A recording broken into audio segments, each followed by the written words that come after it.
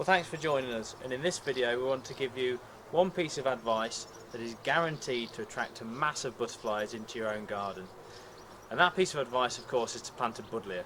Now, many of you will be familiar with Buddleias and you've probably already got one in the garden, but we can't stress enough how fantastic these are as a nectar source. And why stop at one? Why not have 2, 3, 4 or even 5? Because they are so invaluable as a nectar source for our British butterflies. Now, there's many species available out there. If you go into any garden centre, they have a whole range of colours, from white through to pinks, purples, yellow even, and this lilac-y colour of this one that you can see to my right.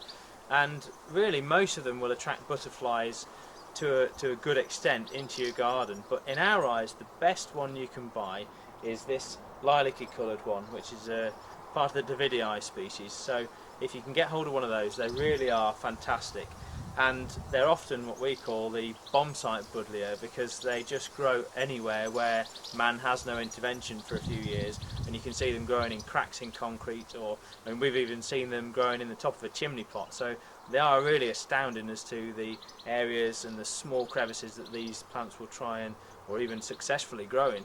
So a fantastic pioneer species. And as you can see, this one to my right is an absolute hive of activity this morning. I mean, just within 20 minutes, half an hour of watching this Buddleia, there's been small tortoiseshells, peacocks, red admirals, green vein white, large white, small white. I've even had a summer visiting brimstone, which I think has just emerged, so fantastic to see.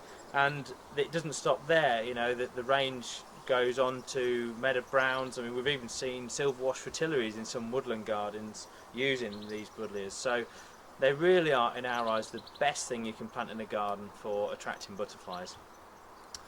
Now, not only are they fantastic as a visual element in a garden, but when you look at the Buddleia as a flower, the beauty of them for butterflies is they have such a prolonged flowering period. Now, as you can see, this one here to my right has gone over now, but next to it there are 2 to 3 other smaller flowers that will be coming out in the next couple of weeks, alongside flowers that are in flower now. So as a nectar source, it is very extended, and of course that's fantastic for our butterflies.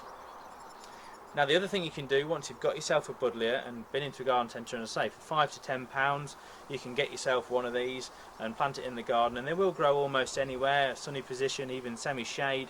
But yeah, if you can, put them in a bit of sun and they'll grow profusely.